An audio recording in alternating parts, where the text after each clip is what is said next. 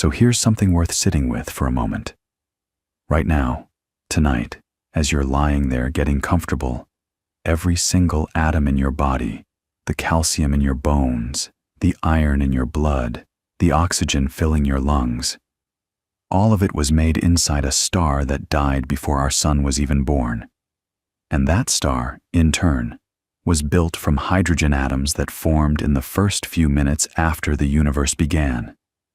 Not the first 1,000,000 years, not the first 1,000 years, the first few minutes, which means there's a direct line, an unbroken chain of cause and effect, stretching from you, right now, in this bed, all the way back to the beginning of everything. And I mean everything. The beginning of matter, the beginning of energy, the beginning of space itself. And this is the part that really gets you if you think about it long enough, the beginning of time. That's what we're going to talk about tonight. The whole story, how the universe went from whatever came before the beginning, if before even means anything in that context, all the way through to the cosmos we see around us now.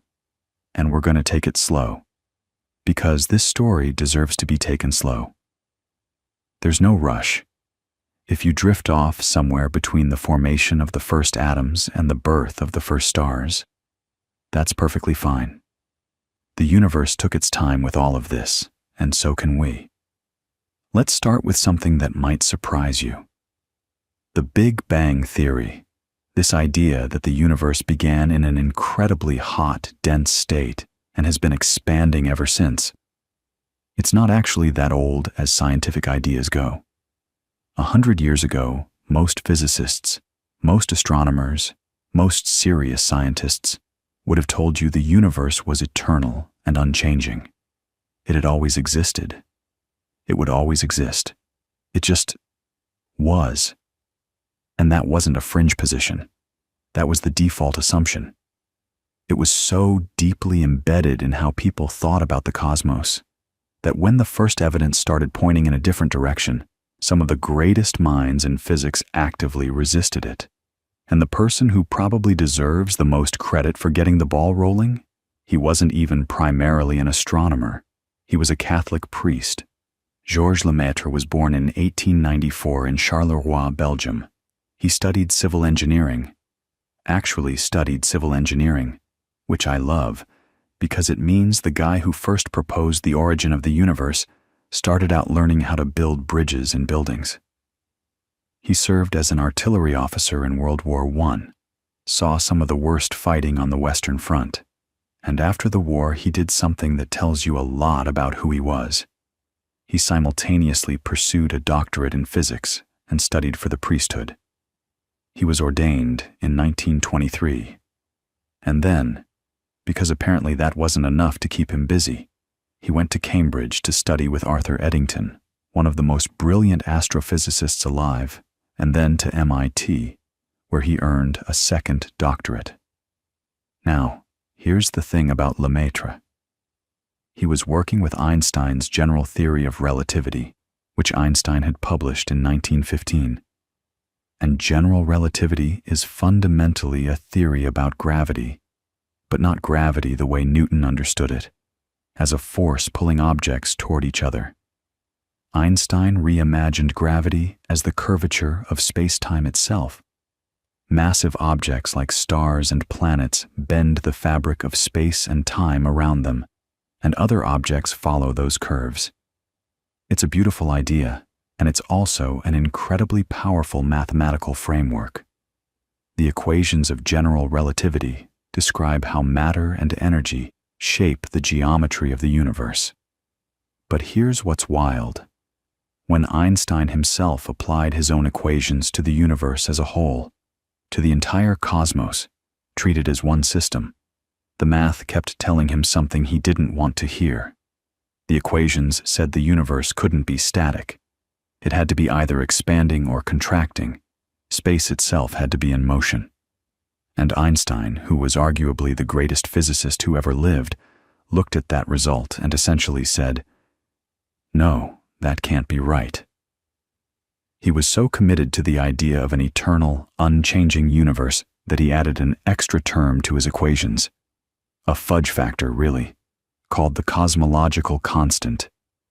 Its whole purpose was to hold the universe still, to balance gravity so that space wouldn't expand or collapse. He later reportedly called it the biggest blunder of his career, though whether he actually used that exact phrase is debated. But the sentiment was real. He'd had the answer right there in his own math, and he'd talked himself out of it. Lemaitre didn't make that mistake. In 1927, working independently, he solved Einstein's field equations and came to a conclusion that was radical for its time. The universe is expanding. Space itself is getting bigger. And if you run that expansion backward, like rewinding a film, everything gets closer together, denser, hotter, more compressed, until you reach a point where all the matter and energy in the observable universe was concentrated in what Lemaitre poetically called the primeval atom, a single, unimaginably dense point from which everything emerged. Think about what that means. Think about the courage it took to propose that in 1927.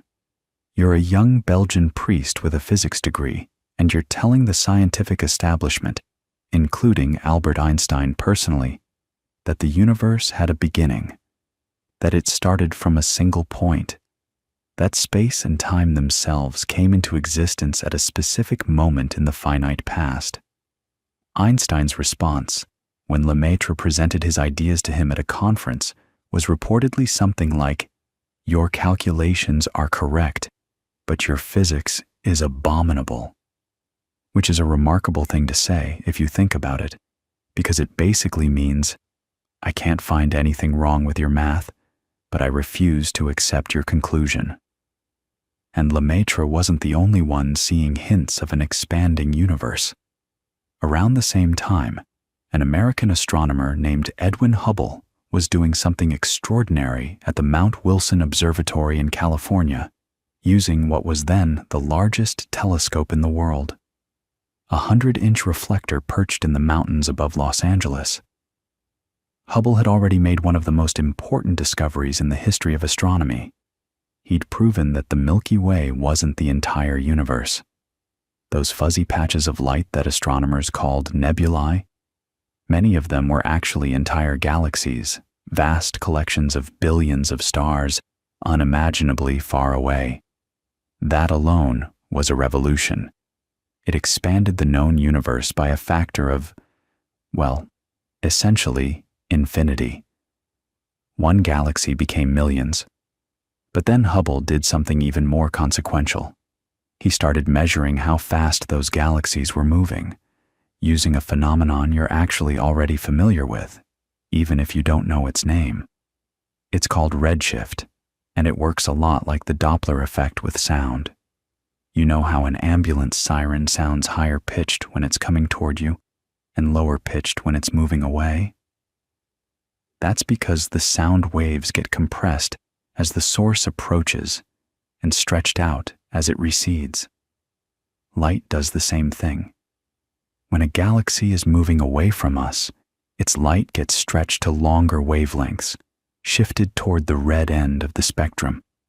The faster it's moving away, the more the light is redshifted. What Hubble found when he compiled his observations was stunning. Almost every galaxy he looked at was redshifted. They were all moving away from us. And not randomly. The farther away a galaxy was, the faster it was receding. A galaxy twice as far away was moving away twice as fast. 3 times as far, 3 times as fast. This relationship, distance proportional to recession velocity, is now called Hubble's law, and it's one of the most important observations in all of science. Now, you might hear that and think, wait, does that mean we're at the center of the universe? Everything is moving away from us? And that's a natural reaction. But no, that's not what's happening. Here's the best way to think about it. Imagine the surface of a balloon, and imagine little dots drawn all over that surface. As you inflate the balloon, every dot moves away from every other dot. If you were a tiny creature living on one of those dots, you'd look around and see all the other dots receding from you, and you'd think you were at the center. But you wouldn't be.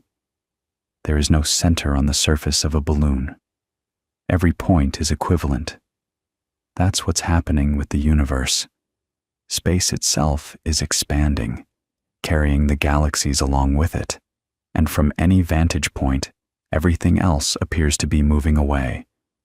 So, by the early 1930s, you had Lemaitre's theoretical prediction and Hubble's observational evidence both pointing in the same direction. The universe is expanding. And if it's expanding now, it was smaller in the past. Go back far enough, and it was very, very small indeed. But not everyone was convinced. Not even close. And this is where one of the great scientific rivalries of the 20th century comes in, because the man who actually coined the term Big Bang, the phrase we all use now, he meant it as an insult. Fred Hoyle was a brilliant, cantankerous, opinionated British astronomer born in Yorkshire in 1915. He was the kind of scientist who was right about many things, spectacularly wrong about a few things, and absolutely never boring. Hoyle championed what he called the steady-state theory, the idea that the universe had no beginning and would have no end. Yes, it was expanding. He accepted that much. But new matter was constantly being created in the gaps between galaxies, so the overall density of the universe stayed the same forever. No origin, no primeval atom, no moment of creation. The universe just was, always had been, always would be. In 1949, during a BBC radio broadcast, and this is one of those moments in science history that's just delicious, Hoyle was explaining his steady-state theory and dismissively referred to the competing idea as this Big Bang hypothesis. He was mocking it. He thought the notion of the entire universe exploding out of a single point was absurd, almost religiously motivated, and he wanted a catchy, slightly ridiculous name to make it sound that way. And it worked, except not in the direction he intended. The public loved the phrase. The press loved it. Scientists started using it. And now, 75 years later, we still call it the Big Bang, named by the man who thought it was nonsense. Hoyle and Lemaitre represent something really interesting about how science actually works, because the debate between the Big Bang and the steady state wasn't settled by theoretical elegance or philosophical preference. It was settled by evidence. And the evidence that finally tipped the scales came from the most unlikely place imaginable. A piece of equipment that wasn't even designed to study cosmology, operated by two guys who had no idea what they'd found when they found it. Their names were Arno Penzias and Robert Wilson, and in 1964, they were working at Bell Telephone Laboratories in Holmdel, New Jersey, using a large horn-shaped antenna that had originally been built to communicate with the Echo satellite, one of those early, almost charmingly simple communication satellites that was basically a giant reflective balloon orbiting the Earth. The antenna was sensitive, beautifully engineered, and once the satellite project wound down, Penzias and Wilson realized they could repurpose it for radio astronomy. They wanted to map radio signals coming from the Milky Way. Straightforward, respectable science. Nothing to do with the origin of the universe. But here's what happened. No matter where they pointed the antenna, north, south, toward the galactic center, away from it, day or night, summer or winter, they picked up a faint, persistent hiss of microwave radiation. It was everywhere. It was uniform, and it would not go away. Now, if you've ever tried to set up a sensitive piece of audio equipment, You know, the frustration of background noise you can't track down. Imagine that, but at the scale of a 20-foot horn antenna pointed at the sky. Penzias and Wilson were meticulous. They checked every possible source of interference. They recalibrated the electronics. They accounted for radio noise from New York City. They considered atmospheric effects. They even found that a pair of pigeons had nested inside the horn of the antenna and coated parts of it with what Penzias later diplomatically called a white dielectric material, which is a physicist's way of saying pigeon droppings. They cleaned it out, relocated the pigeons, and the pigeons came back because pigeons are like that, so they dealt with the pigeons more permanently, and the noise was still there. This is one of those moments in the history of science that I just love, because think about what's happening. Two radio engineers are annoyed by static. They're troubleshooting. They're crawling around inside a giant metal horn scrubbing bird droppings, convinced that something mundane is wrong with their equipment. And the whole time, what they're actually hearing is the oldest light in the universe. That hiss, that faint microwave glow coming from every direction in the sky, was the afterglow of the Big Bang itself. The cosmic microwave background radiation, stretched and cooled over nearly 14 billion years from a searing white-hot glow into faint microwaves just a few degrees above absolute zero. Specifically, they measured a temperature of about 3.5 Kelvin, which later, more precise measurements would pin down to 2.725 Kelvin. That's negative 270.4 degrees Celsius. Unimaginably cold, and yet not zero. The universe has a temperature. The whole thing. Everywhere you look, in every direction, there's this faint warmth left over from when everything was impossibly hot and impossibly dense.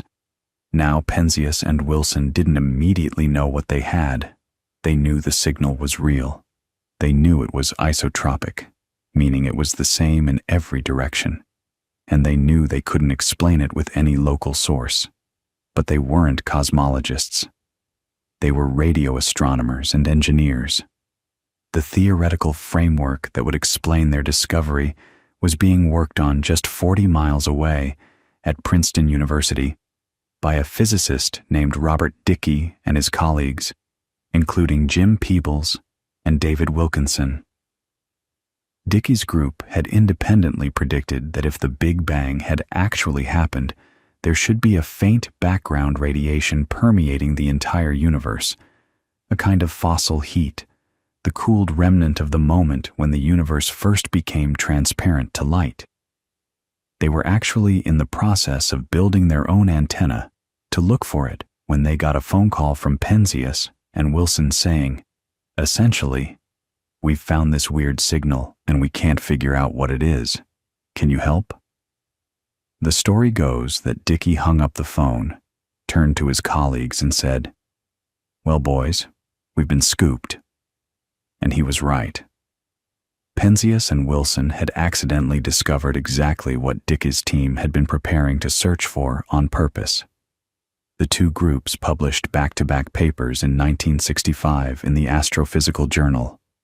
Penzias and Wilson describing the measurement, Dicke's group providing the theoretical interpretation. And just like that, the steady-state theory was in serious trouble. Here's why. If the universe has always existed in more or less its current state, as Fred Hoyle argued, there's no reason for this background radiation to exist. Where would it come from?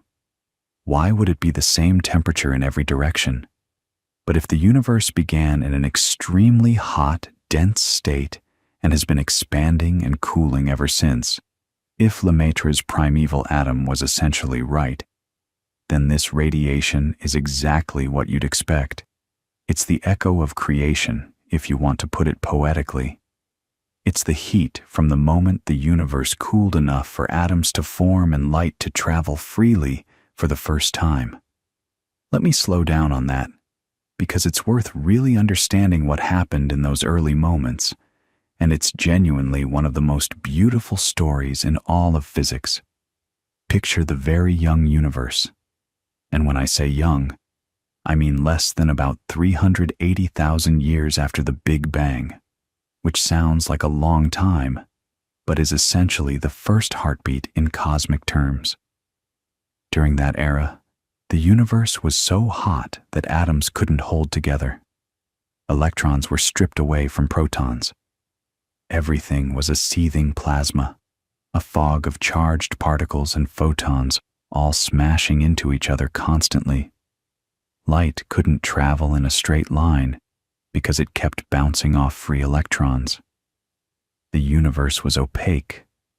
It's a strange thing to say, but if you could somehow look at the universe during that period, you wouldn't see anything because light couldn't get anywhere. It was like being inside a cloud. Not darkness exactly, but a blinding, featureless glow in every direction, with no way to see through it. But the universe was expanding, and as it expanded, it cooled. And around 380,000 years after the Big Bang, the temperature dropped to roughly 3,000 Kelvin, about the temperature of the surface of a cool red star. And something remarkable happened. At that temperature, electrons could finally be captured by protons to form neutral hydrogen atoms. Physicists call this moment recombination, which is a slightly misleading name because it implies the electrons and protons had been combined before, which they hadn't. But the name stuck, and that's science for you. The important thing is this. Once the electrons were bound into atoms, they stopped scattering photons. The fog cleared, the universe became transparent, and all that light, all those photons that had been bouncing around in the plasma, were suddenly free to travel in straight lines across the cosmos. That light is still traveling. It's been traveling for about 13.8 billion years. And because the universe has expanded enormously since then, the wavelength of that light has been stretched, redshifted, just like Hubble's galaxies, from visible light all the way down into the microwave part of the spectrum. That's what Penzias and Wilson detected. They were listening to the universe's baby picture. The cosmic microwave background is literally the oldest light you can ever see. You can't see anything from before recombination, because before that moment, the universe was opaque. It's a wall of light, the farthest back you can look using electromagnetic radiation. And here's what's really beautiful about it. When you tune an old analog television to a channel with no broadcast, if you're old enough to remember that, some of that static, that snow on the screen, about 1% of it, is actually cosmic microwave background radiation being picked up by the TV antenna. You've seen the afterglow of the Big Bang. You just didn't know it. Penzias and Wilson won the Nobel Prize in Physics in 1978 for their discovery. Dicke, who had predicted the radiation and provided the theoretical explanation, did not share in the prize, which is one of those Nobel decisions that still generates debate among physicists. Science is full of these near misses and shared discoveries, where the credit doesn't always land where you might expect. But the impact of the discovery was beyond dispute. The cosmic microwave background became the single most important piece of evidence for the Big Bang model, and it effectively ended the steady-state theory as a serious contender, though Hoyle himself never fully accepted it. He continued to argue for modified versions of his theory until his death in 2001, which is either admirable stubbornness or a cautionary tale about the difficulty of letting go of a beautiful idea, depending on your perspective. Probably a bit of both, but the cosmic microwave background did something more than just confirm the Big Bang. It gave cosmologists a tool, an astonishingly powerful tool, for studying the early universe in detail. Because that wall of light isn't perfectly uniform. It's almost uniform, staggeringly so. But there are tiny, tiny variations in temperature from one patch of sky to another. We're talking about differences on the order of 1 part in 100,000. Incredibly small. But those variations encode an enormous amount of information about the conditions of the early universe, the density of matter, the rate of expansion, the geometry of space itself. Detecting those tiny fluctuations from the ground, though, was extraordinarily difficult. The atmosphere gets in the way. Ground-based instruments have limited sensitivity. To really map the cosmic microwave background with precision, you needed to get above the atmosphere. You needed to go to space. And in November 1989, NASA launched a satellite called COBE, the Cosmic Background Explorer, designed to do exactly that.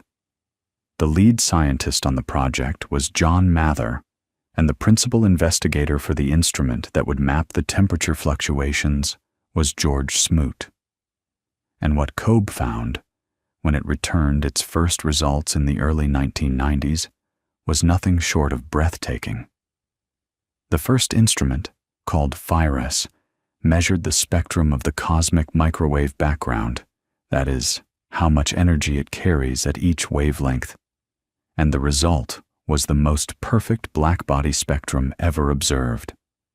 A blackbody, if you haven't come across the term, is just a theoretical object that absorbs all radiation and emits it in a very specific, predictable pattern that depends only on its temperature. When Mather presented the FIRES spectrum at the American Astronomical Society meeting in January 1990, the data points fell so precisely on the theoretical blackbody curve that the audience gave a standing ovation. That almost never happens at a physics conference. The measured temperature was 2.725 Kelvin, plus or minus a tiny fraction, and the match to theory was so exact that it left essentially no room for alternative explanations. This was the afterglow of the Big Bang, full stop. The universe had once been hot and dense and opaque, and this light was the proof, measured with a precision that bordered on the absurd.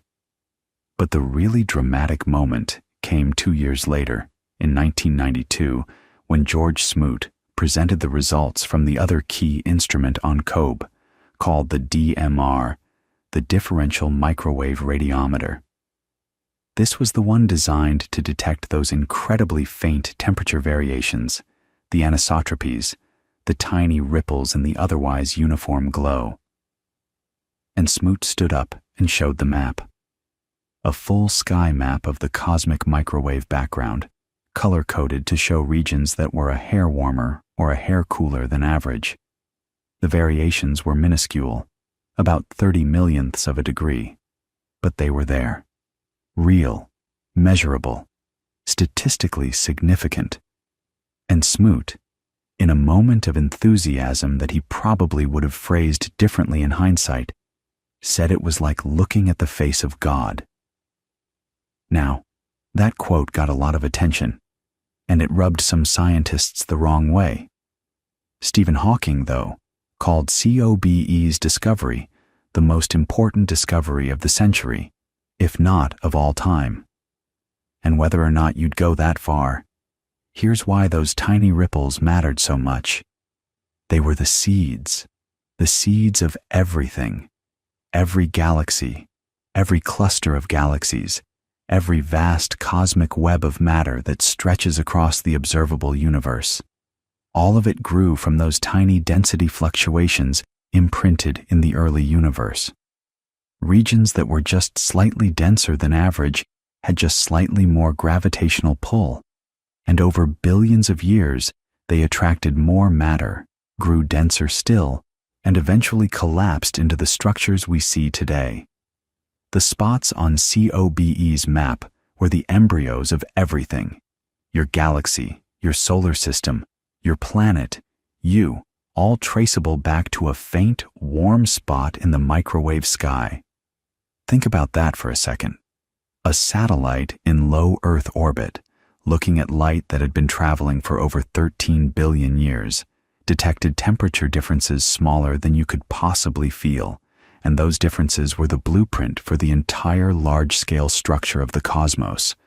That is, honestly, one of the most profound things human beings have ever measured. Mather and Smoot shared the Nobel Prize in Physics in 2006 for this work, and COBE opened the floodgates. Once you knew those fluctuations were there, the next question was obvious. Could you map them in finer detail? COBE's resolution was relatively coarse. It could see features about 7 degrees across on the sky, which is about 14 times the width of the full moon. Good enough to confirm the fluctuations existed, but not sharp enough to extract the detailed information encoded in them.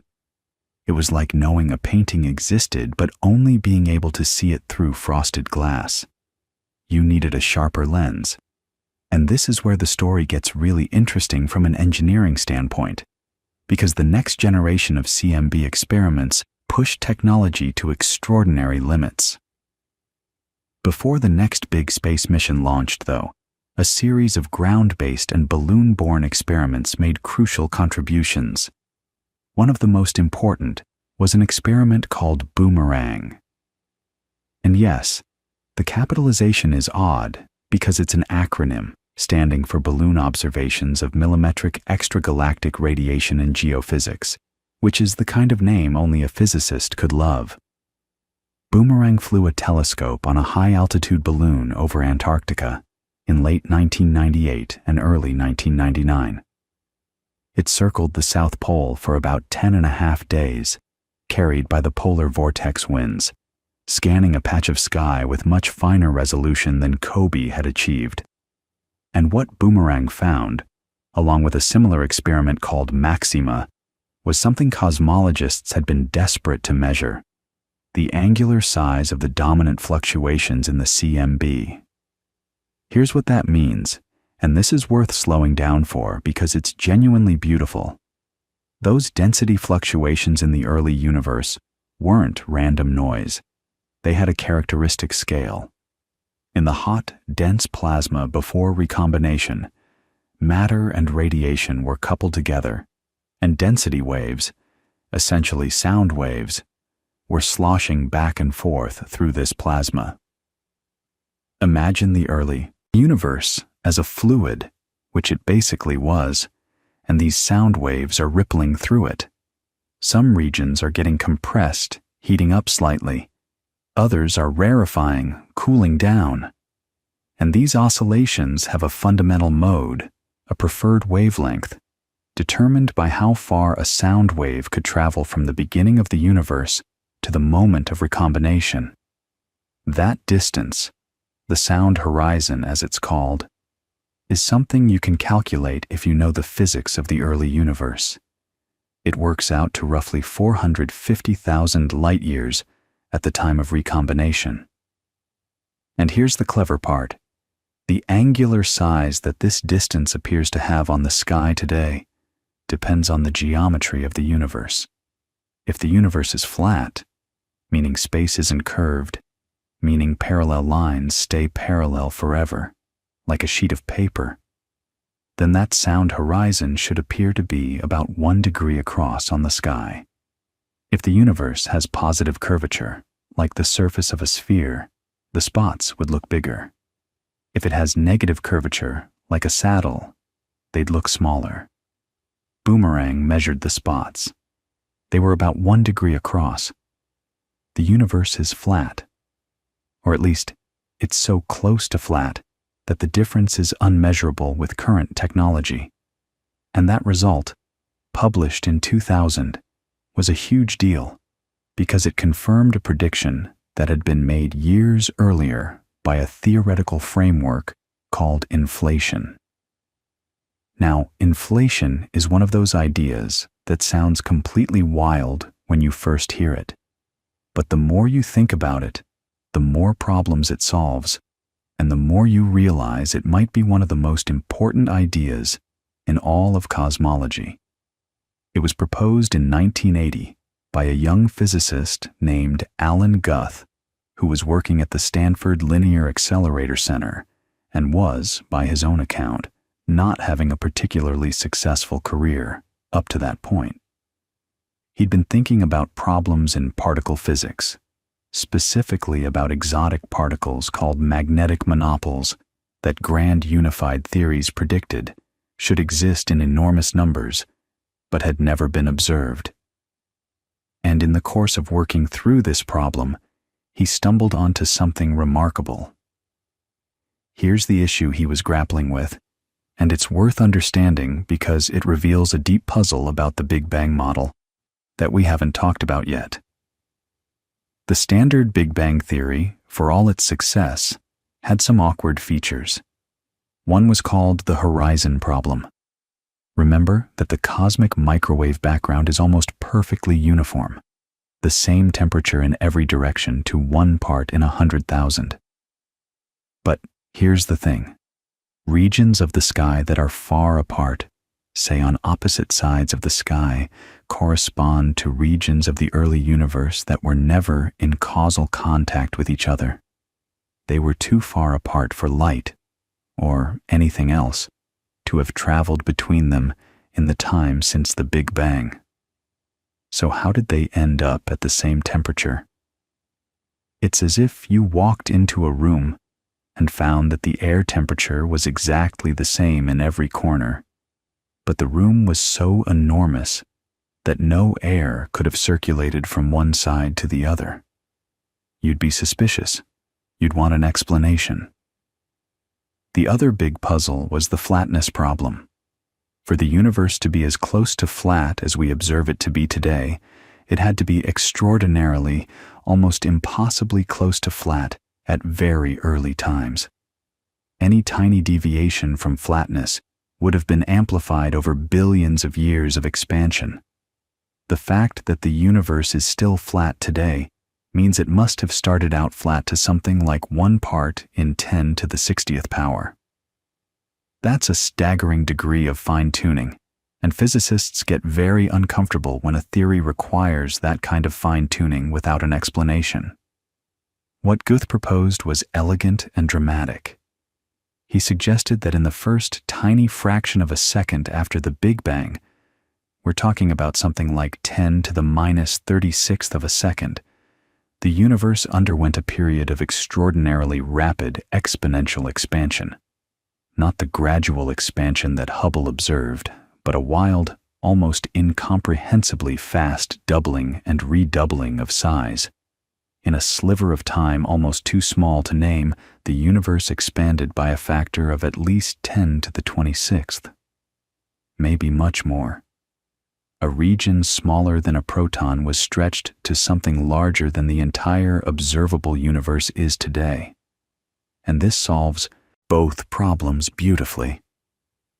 The horizon problem goes away because before inflation, the entire observable universe was contained in a tiny region small enough for everything to be in thermal equilibrium, for temperatures to equalize, for information to travel from one side to the other.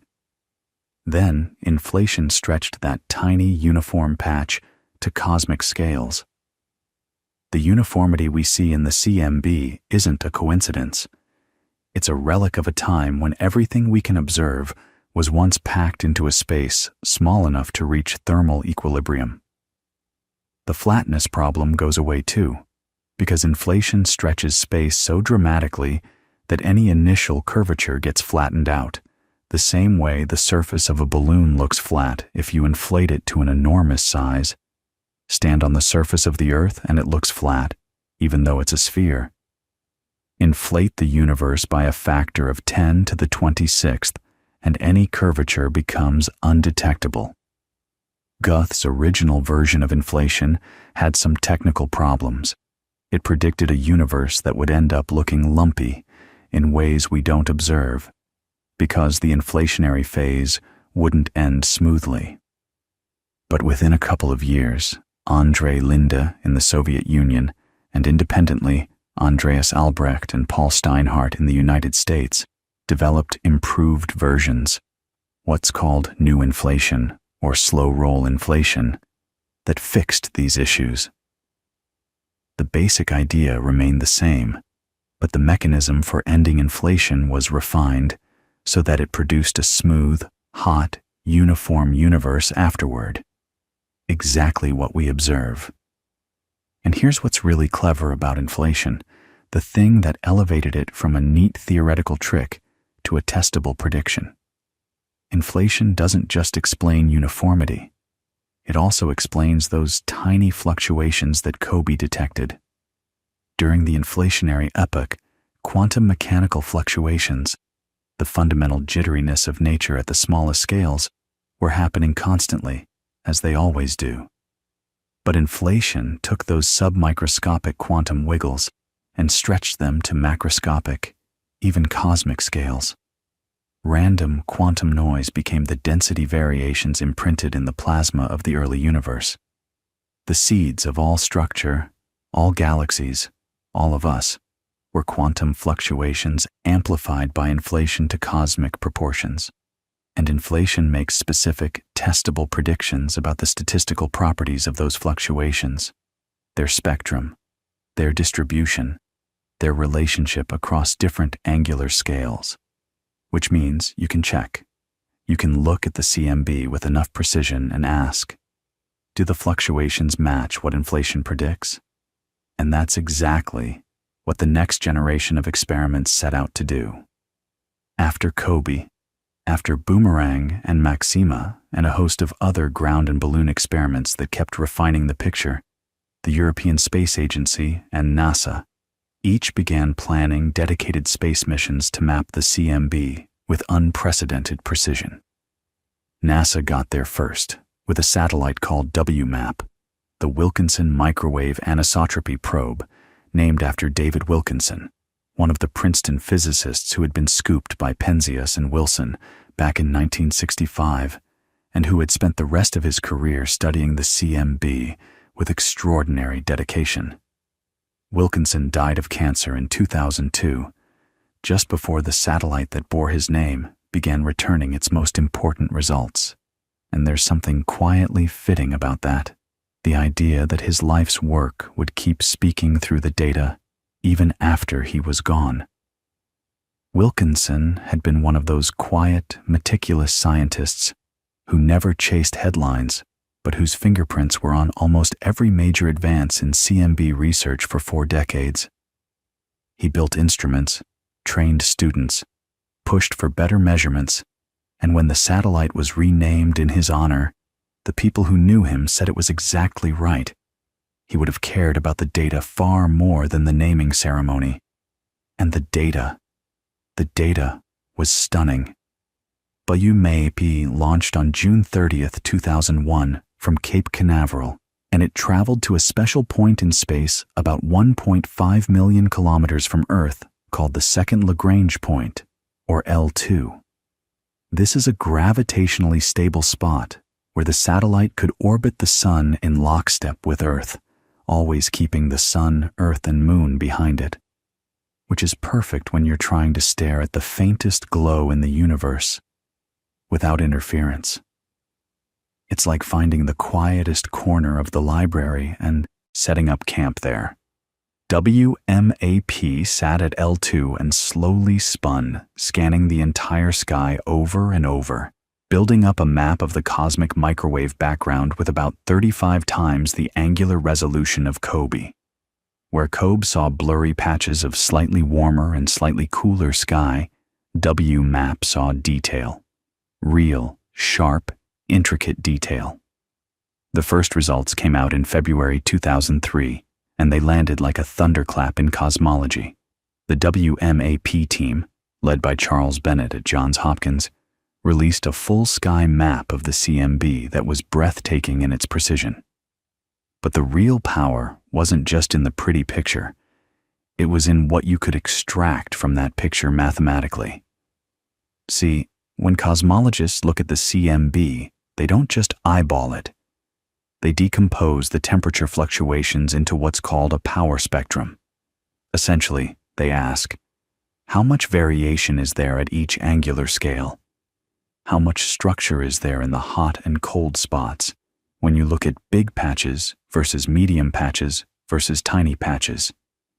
And the shape of that power spectrum, the specific pattern of peaks and valleys when you plot fluctuation strength against angular scale, encodes an almost absurd amount of information about the universe. Think of it this way.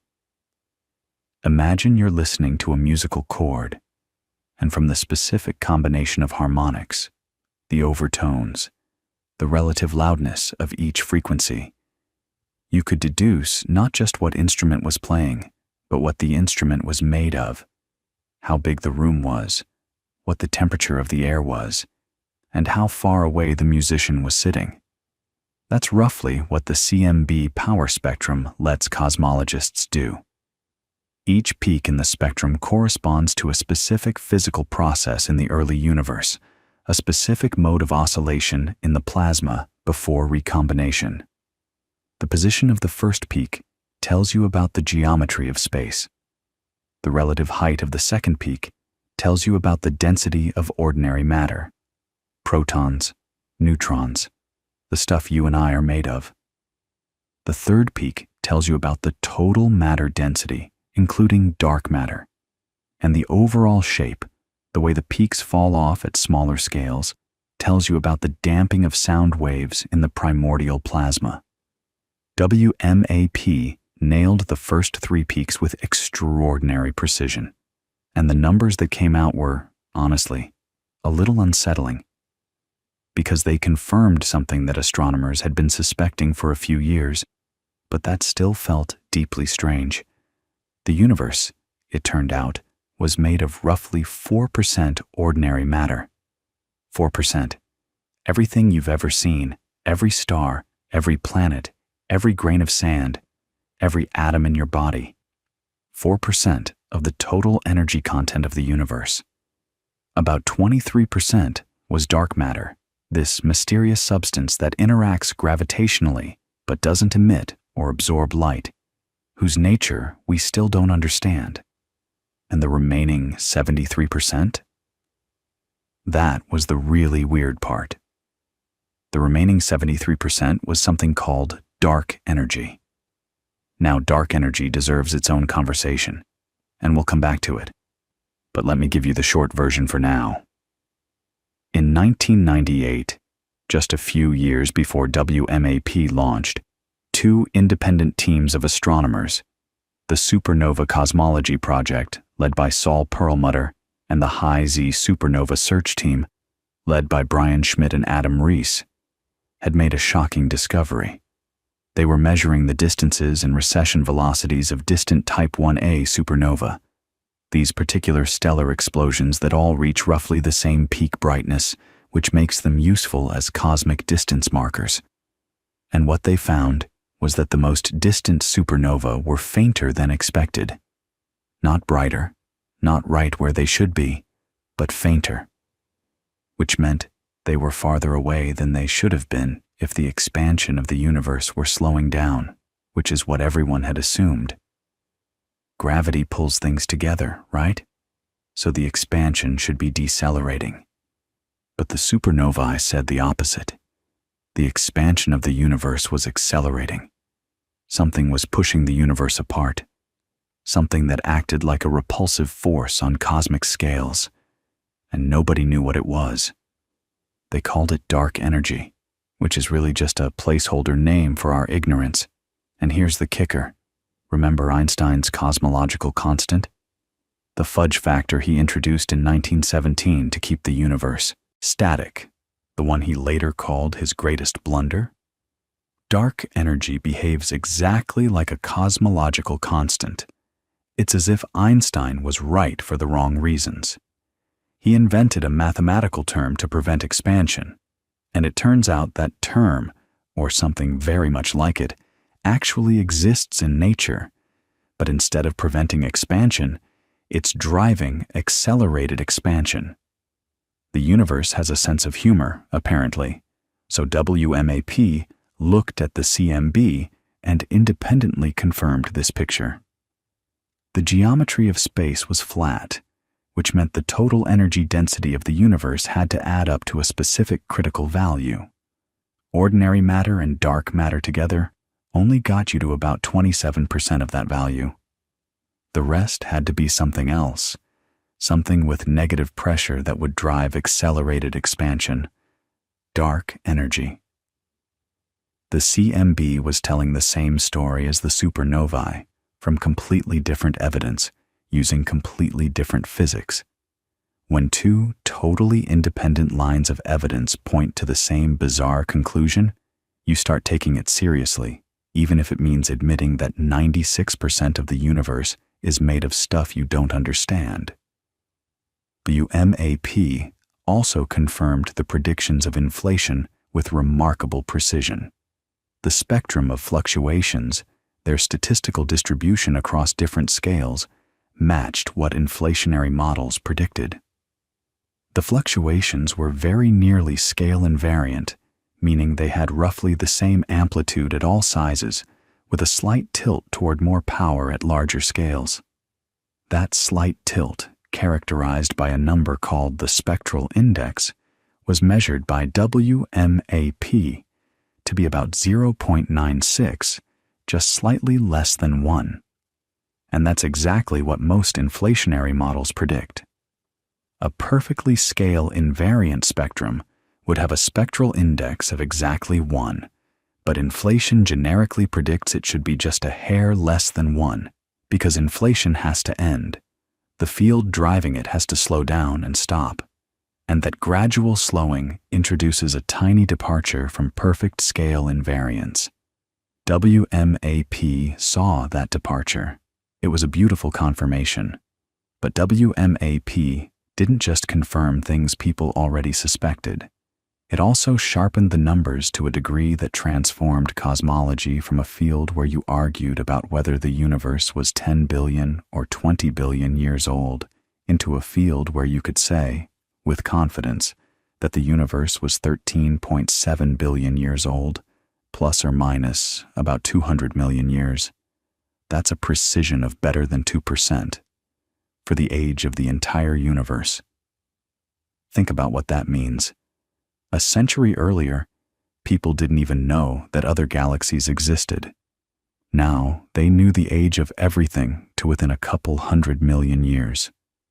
WMAP continued operating for 9 years, releasing increasingly refined datasets in 2003, 2005, 2007, 2009, and a final 9-year analysis in 2012.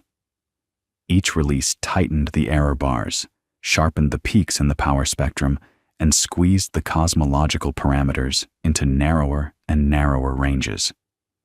Charles Bennett and the WMAP team won the Breakthrough Prize in Fundamental Physics in 2018, and the satellite is widely regarded as one of the most successful cosmology experiments ever conducted. It established what's sometimes called the concordance model, or the lambda CDM model. Lambda for the cosmological constant representing dark energy, CDM for cold dark matter. As the standard model of cosmology. A universe that's 13.8 billion years old, spatially flat, made of about 5% ordinary matter, 27% dark matter, and 68% dark energy, seeded by quantum fluctuations during an inflationary epoch and expanding at an accelerating rate. And yet, even as WMAP was still collecting data, the Europeans were building something even more ambitious. The European Space Agency's Planck satellite, named after Max Planck, the physicist who had first introduced the quantum hypothesis back in 1900, was designed to be the ultimate CMB experiment, at least for a generation. Where WMAP observed in 5 frequency bands, Planck would observe in 9, spanning a wider range of the electromagnetic spectrum.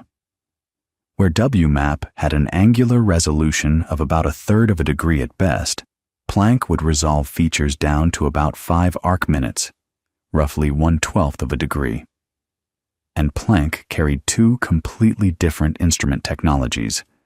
The low-frequency instrument, which used radio receivers cooled to 20 Kelvin, and the high-frequency instrument, which used exquisitely sensitive bolometers cooled to 1/10 of a degree above absolute zero. 1/10 of a Kelvin. To put that in perspective, the cosmic microwave background itself has a temperature of 2.725 Kelvin. The detectors on Planck were colder than the thing they were measuring. They had to be, because the only way to detect temperature fluctuations of a few millionths of a degree in a signal that's already incredibly faint is to make your detector so cold that its own thermal noise essentially vanishes. Planck launched on May 14, 2009, sharing an Ariane 5 rocket with another ESA space telescope called Herschel. It too traveled to L2, that same quiet gravitational parking spot where WMAP had spent its years, and it began scanning the sky with a precision that made everything before it look like rough sketches. The first cosmology results came out in March 2013, and they were extraordinary, genuinely extraordinary. Because what Planck confirmed, with a level of precision that left almost no room for doubt, was that the universe we live in really does match the lambda CDM model to an almost unsettling degree. The numbers tightened. The age of the universe, which WMAP had placed at 13.7 billion years, Planck nudged slightly to 13.8 billion years. 13.799 billion, if you want to be precise about it, give or take about 21 million years. That's a margin of error of about 0.15%. Think about what that means.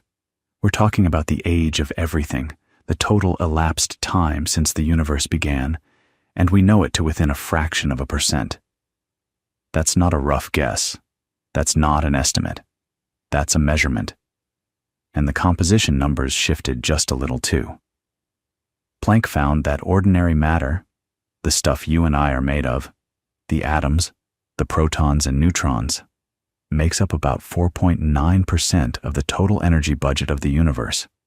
Dark matter came in at about 26.8%, and dark energy, that mysterious something pushing the expansion to accelerate, accounts for about 68.3%. So compared to WMAP's numbers, there's a little more matter and a little less dark energy, but the basic picture is the same. The universe is mostly made of things we don't understand, and the sliver that we do understand, the ordinary matter, the stuff of stars and planets and people, is less than 5% of the whole show. Now here's something beautiful about the Planck data that's worth lingering on for a moment. The map itself. If you've ever seen it, and even if you haven't, just picture it. It's an oval projection of the entire sky, painted in subtle shades of blue and red and orange. The blue spots are slightly cooler regions of the cosmic microwave background, and the red and orange spots are slightly warmer. And when I say slightly, I mean the temperature differences are on the order of a few hundred millionths of a degree. You're looking at the tiniest ripples imaginable, frozen into the oldest light in the universe, and yet those ripples contain an almost absurd amount of information. Every peak and trough in the temperature pattern corresponds to a sound wave, an actual acoustic oscillation that was ringing through the primordial plasma before the universe was even 400,000 years old. And the pattern of those peaks, the spacing between them, the relative heights, the way they diminish at smaller scales, all of that encodes the fundamental parameters of cosmology, the geometry of space, the density of matter, the density of dark energy, the rate of expansion. It's all in there, written in the oldest light there is. And Planck read that light better than anything before it. The power spectrum, that graph showing how much temperature variation there is at each angular scale, had been measured by COBE as a rough bump, refined by WMAP into a clear series of peaks, and now Planck resolved it into an exquisite curve with 7 distinct acoustic peaks clearly visible. 7. Each one telling you something different about the physics of the early universe. The first peak tells you about the overall geometry of space. Is it flat, curved like a sphere, or curved like a saddle? Planck confirmed emphatically that space is flat, or so close to flat that any curvature is too small to detect. The second peak tells you about the density of ordinary matter, because baryons, protons and neutrons, affect the balance between compression and rarefaction in the sound waves. The third peak is sensitive to the total matter density, including dark matter, and on, each successive peak adding another constraint, another piece of the puzzle clicking into place. But here's the thing that made Planck truly special. Beyond just the sharpness of the data, it was the foreground removal. And this is one of those engineering challenges that doesn't get nearly enough attention, but is absolutely critical to the whole enterprise. See, when you point a telescope at the sky and try to measure the cosmic microwave background, you're not just seeing the CMB, you're seeing everything between you and it. You're seeing emission from dust in our own galaxy, tiny grains of silicate and carbon that glow in the infrared and microwave. You're seeing synchrotron radiation from electrons spiraling around magnetic field lines in the Milky Way. You're seeing free emission from hot gas. You're seeing point sources, distant galaxies, quasars, galaxy clusters that happen to lie along your line of sight. All of that stuff is contaminating your signal, and some of it is actually brighter than the CMB fluctuations you're trying to measure. So how do you separate them? This is where having 9 frequency bands becomes essential. Different types of emission have different spectral signatures. They behave differently at different frequencies. Dust emission gets brighter at higher frequencies. Synchrotron radiation gets brighter at lower frequencies. The CMB itself has a very specific spectral shape. It's a perfect black body, so it scales in a known, predictable way across frequencies. By observing the same patch of sky in 9 different frequency bands, from 30 gigahertz all the way up to 857 gigahertz, the Planck team could essentially build a model of every foreground component, subtract them all, and isolate the pure CMB signal underneath. It's like listening to an orchestra and trying to hear just the oboe. If you only have 1 microphone, good luck. But if you have 9 microphones, each tuned to pick up different frequency ranges, you can use clever processing to strip away the violins, the cellos, the brass, and isolate that one instrument.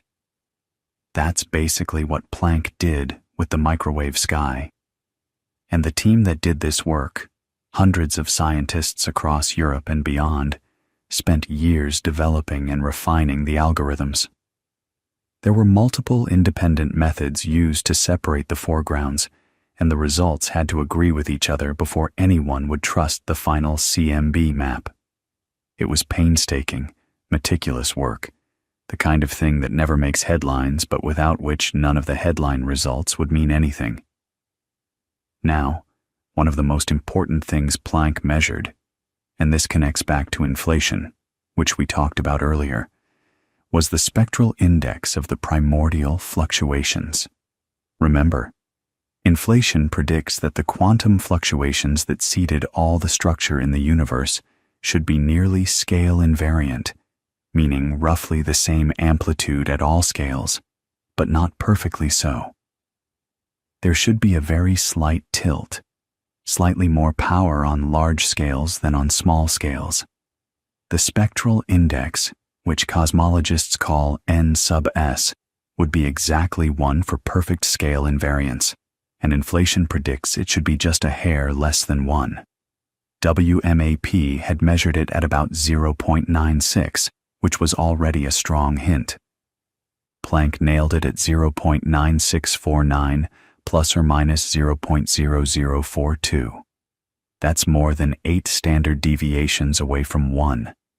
In other words, the deviation from perfect scale invariance is real. It's measured with high confidence, and it matches what the simplest inflationary models predict. That's a big deal. It doesn't prove inflation happened. There might be other theories that could produce the same signature. But it means inflation passed yet another test. And there's another prediction of inflation that Planck went hunting for: gravitational waves. Not the kind that LIGO detects from merging black holes. Those are a different story entirely. These would be primordial gravitational waves, ripples in space-time generated during the inflationary epoch itself, when the universe was expanding so violently that it literally shook the fabric of space.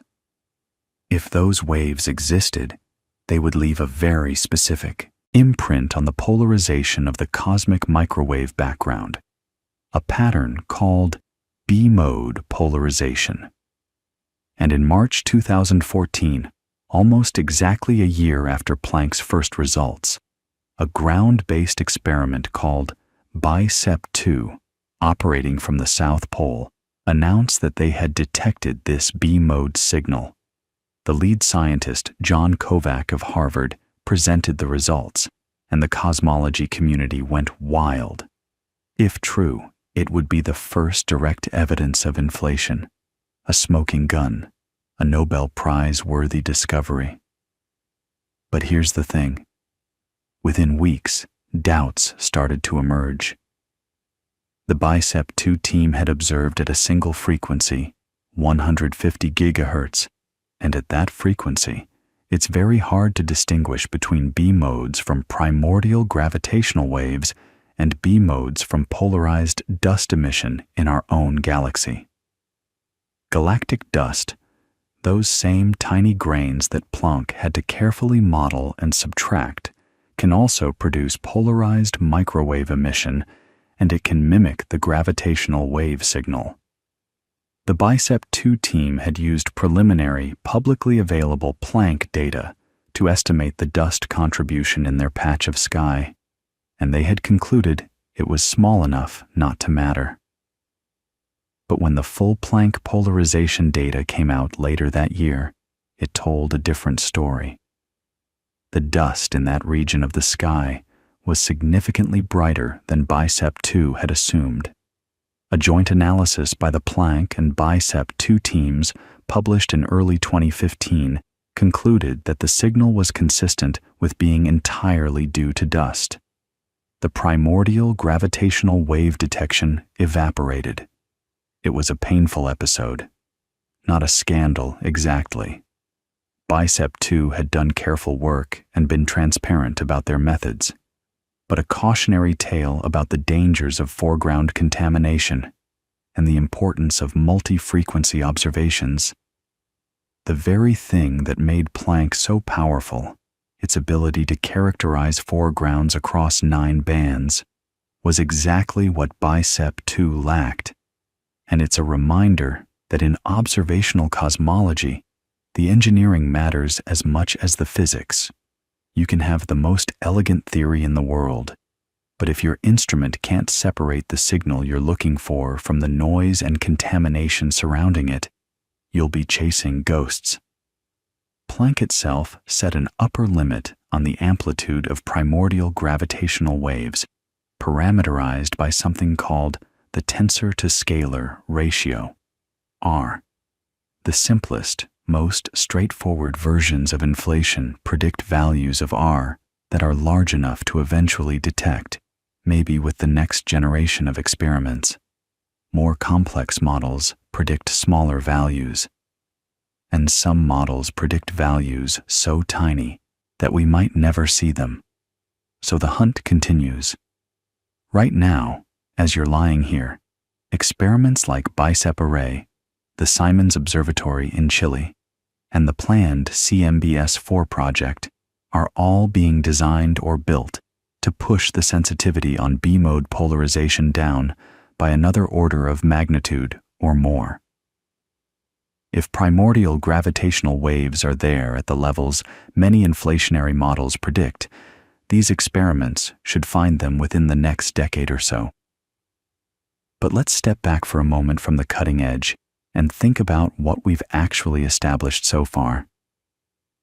Because the story of the cosmic microwave background, from Penzias and Wilson's pigeon-haunted antenna to COBE's first crude maps to WMAP's detailed portrait to Planck's masterpiece, is really the story of how we turned cosmology from philosophy into precision science. Each generation of instruments sharpened the picture, tightened the error bars, eliminated alternative models, and converged on a single coherent narrative. The universe began in an extremely hot, dense state about 13.8 billion years ago. It expanded and cooled. In its first fraction of a second, it may have undergone a period of exponential inflation that smoothed it out and planted the quantum seeds of all future structure. By about 380,000 years, it had cooled enough for atoms to form, releasing the light we now see as the CMB. And from those tiny density fluctuations, gravity slowly built everything: the first stars, the first galaxies, the vast cosmic web of filaments and voids that spans the observable universe today. And that process, the growth of structure, the journey from tiny ripples in a nearly uniform plasma to the rich, complex, galaxy-filled universe we see around us, that's a story in itself, because the CMB tells us the initial conditions, the starting point, the before picture. But to understand how we got from there to here, you need to understand what happened in the Dark Ages, that long, quiet era after the CMB was released, but before the first stars lit up. And that's where we are now, standing at the edge of that darkness, looking out into a universe that has just gone transparent for the first time. So picture it. It's roughly 380,000 years after the beginning. The last photons of the CMB have scattered off the last free electrons, and now they're streaming away in every direction, and they'll travel for 13.8 billion years until some of them land in the horn of a radio antenna in New Jersey or on the detectors of a satellite orbiting 1,000,000 miles from Earth. But in the moment they're released, the universe they leave behind is dark. Genuinely dark. There are no stars. There are no galaxies. There aren't even molecules, really, beyond the simplest ones: a little bit of molecular hydrogen, a trace of lithium hydride, nothing you'd call chemistry. The universe is a vast, nearly uniform fog of neutral hydrogen and helium gas, cooling as it expands, and it is completely, utterly lightless. Cosmologists call this period the Dark Ages, and it's one of the most important and least understood chapters in the entire history of the universe. Here's the thing about the Dark Ages. They're not just an absence of something interesting.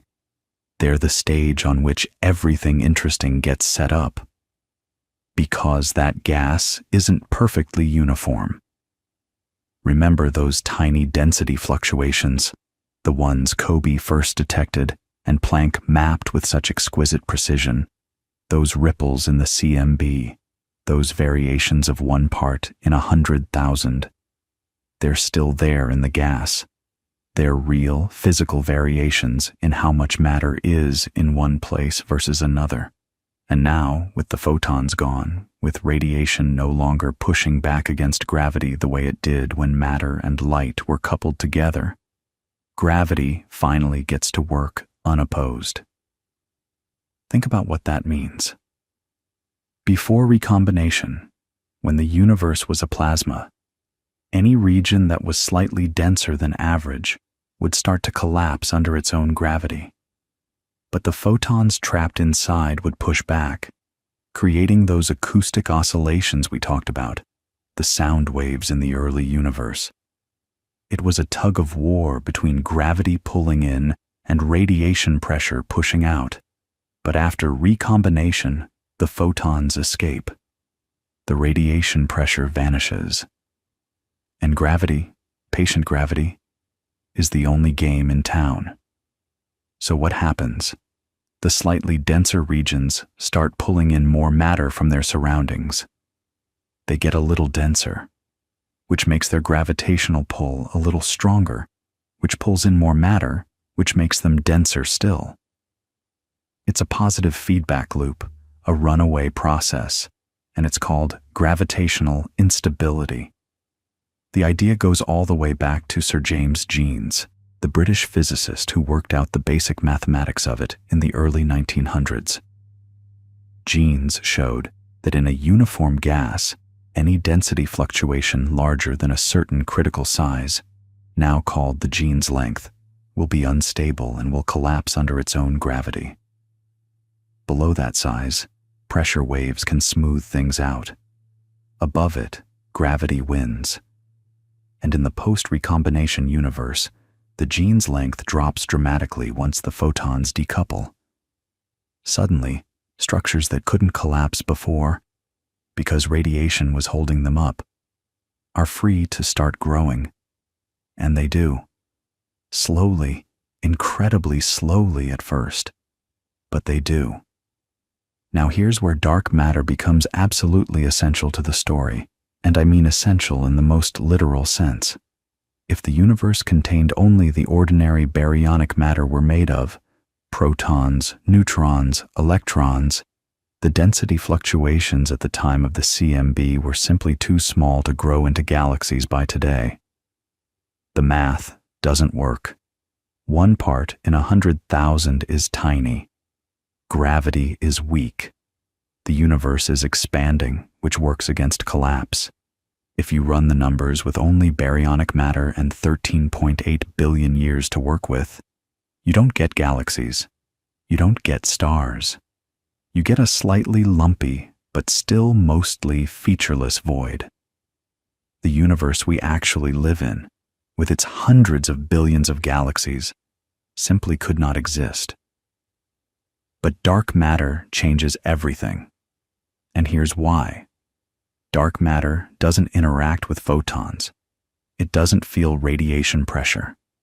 So dark matter, fluctuations weren't frozen in place during the acoustic oscillation era the way baryonic matter was. While ordinary matter was sloshing back and forth in those sound waves, trapped in its dance with the photons, dark matter was quietly doing its own thing. It was already collapsing, already forming gravitational wells, already building the scaffolding of cosmic structure. By the time recombination happens and ordinary matter is finally released from the grip of the photons, dark matter has had a 380,000-year head start. It's already built these shallow but real gravitational potential wells, these gentle valleys in the landscape of space-time, and ordinary matter just falls into them. That's the picture. Dark matter builds the framework, and ordinary matter follows. It's like dark matter laid the foundations and poured the concrete, and then baryonic matter showed up and built the house on top. Without that scaffolding, without those pre-existing dark matter halos, the ordinary matter would never have clumped fast enough to form anything recognizable. And this isn't just theoretical speculation. This is one of the most powerful pieces of evidence for dark matter's existence. The CMB fluctuation amplitude, the large-scale structure of the universe, the distribution of galaxies, they all fit together beautifully if you include cold dark matter in the model, and they fall apart completely if you don't. It's not just that we see gravitational effects that suggest extra mass. It's that the entire history of structure formation requires it. So during the dark ages, dark matter halos are growing. They're merging with each other, building larger and larger structures through a process cosmologists call hierarchical structure formation. Small things merge to make bigger things, which merge to make bigger things still. It's bottom-up construction. The first dark matter halos to form are small, maybe the mass of a dwarf galaxy or less. Over time, they merge and accrete, building up to the mass scales of full galaxies and eventually galaxy clusters. And ordinary matter, falling into these dark matter wells, begins to collect and compress and heat up. But it can't form stars yet. Not quite. Because to form a star, you need gas to collapse to incredibly high densities, and to do that, the gas needs to be able to radiate away its thermal energy, to cool down. Hot gas has pressure, and pressure resists collapse. So the gas needs a way to lose energy, to shed heat, to cool itself down so it can keep compressing. And in the very early universe, this is actually a problem, because the gas is almost entirely hydrogen and helium, and those atoms are terrible at cooling at low temperatures. They just don't have the right energy levels to radiate efficiently in the conditions of the early universe.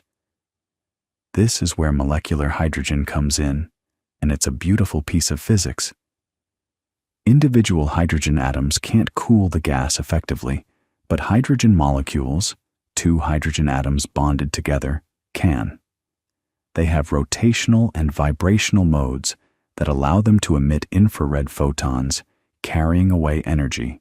The gas cools, it compresses further, and eventually, in the densest regions, inside the deepest dark matter halos, the gas gets dense enough and cool enough to begin the runaway collapse that leads to the formation of a star. The first stars. Think about that for a second. The very first stars in the history of the universe. They're called population 3 stars, and we've never directly observed one. Not yet. But we have pretty good theoretical models of what they must have been like, and they were nothing like our sun. They were monsters.